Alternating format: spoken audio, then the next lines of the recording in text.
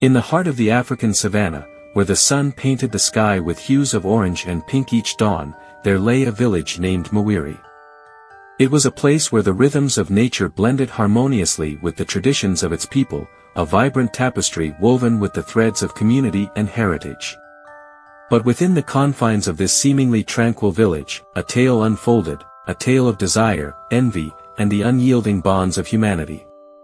At the center of Mawiri stood a man named Mkwame. With his tall stature and chiseled features, he cut a striking figure against the backdrop of the village. Yet, it wasn't just his physical appearance that set him apart, it was his charisma, his wit, and his innate ability to connect with others that made him a figure of fascination among the villagers. From the moment he arrived in Mawiri, Mkwame captured the attention of both young and old alike. His laughter echoed through the streets, his words carried weight and wisdom, and his presence seemed to cast a spell over all who encountered him. But it was the women of Mawiri who found themselves particularly drawn to him, their hearts fluttering at the mere mention of his name. In every hut, behind every closed door, there beat a heart that yearned for Mkwame's touch. His mere presence ignited a fire within the women of Mawiri, a longing so intense that it threatened to consume them whole. They dreamed of his embrace, of the warmth of his touch, of a love that transcended the boundaries of their small village. Yet, with desire came jealousy, and soon the whispers of admiration turned to murmurs of envy. Rivalries formed among the women of Mawiri.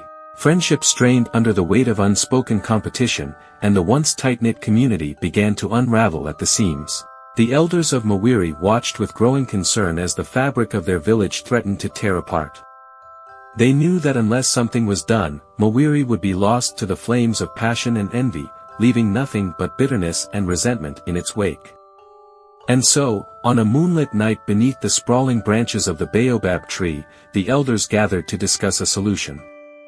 They spoke of tradition, of unity, and of the need to preserve the bonds that held their village together. It was decided that Mkwame would be approached, not with anger or resentment, but with understanding and wisdom. With the first light of dawn, the elders sought out Mkwame, finding him at the edge of the village, his gaze fixed on the horizon. They spoke to him of the village's plight, of the turmoil his presence had stirred among the womenfolk, and of the responsibility that came with his influence. Mkwame listened intently, his heart heavy with sorrow. He had never intended to cause such discord, to be the source of such strife. And so, with humility and grace, he vowed to do whatever was necessary to heal the wounds that had been inflicted upon Mawiri. With a sense of purpose burning in his chest, Mkwame addressed the women of the village. He spoke of respect and honor, of love that transcended mere desire.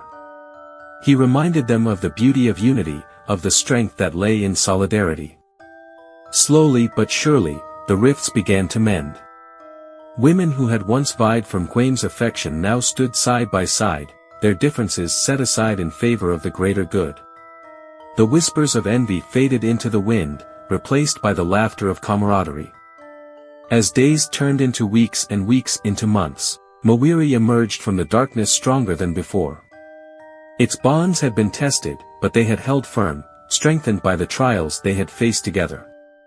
And though the temptation of Mkwame still lingered, it was no longer a divisive force but a reminder of the power of love, unity, and the resilience of the human spirit. In the heart of Africa, amidst the wild expanse of the savanna, Mawiri stood as a beacon of hope and a testament to the enduring power of community. And as the sun dipped below the horizon each evening, casting a golden glow over the village, the people of Mawiri knew that as long as they stood together, they could weather any storm that came their way. Mkwame's arrival in Mawiri was like a gust of fresh wind sweeping through the village. No one knew from whence he came, but from the moment he set foot in the village square, he seemed to weave a spell over its inhabitants. His laughter was infectious, his smile disarming, and his presence, magnetic. Women flocked to catch a glimpse of him, their hearts fluttering at the mere sound of his voice. As days turned into weeks, the women of Mawiri found themselves consumed by a desire they could not ignore. Mkwame's charm was like a flame, drawing moths to its light.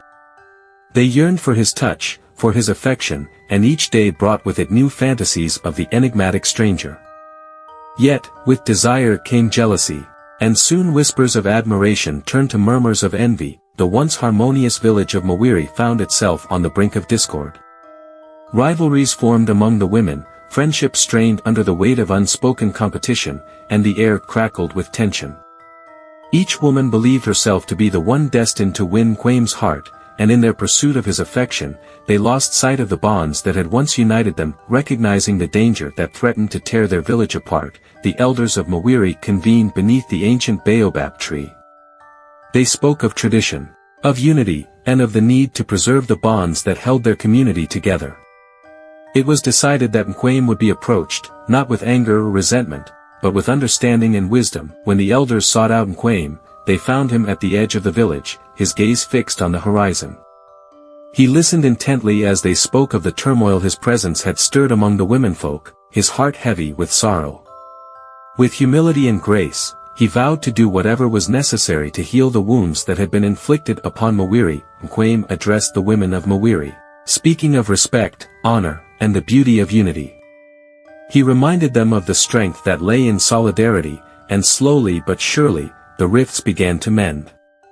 Women who had once vied for his affection now stood side by side, their differences set aside in favor of the greater good. As days turned into weeks and weeks into months, Mawiri emerged from the darkness stronger than before.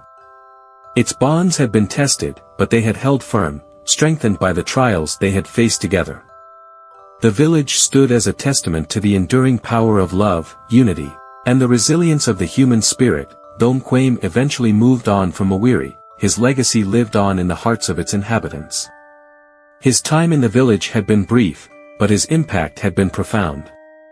And as the years passed, the people of Mawiri remembered him not as a source of division, but as a beacon of hope and a reminder of the strength found in unity.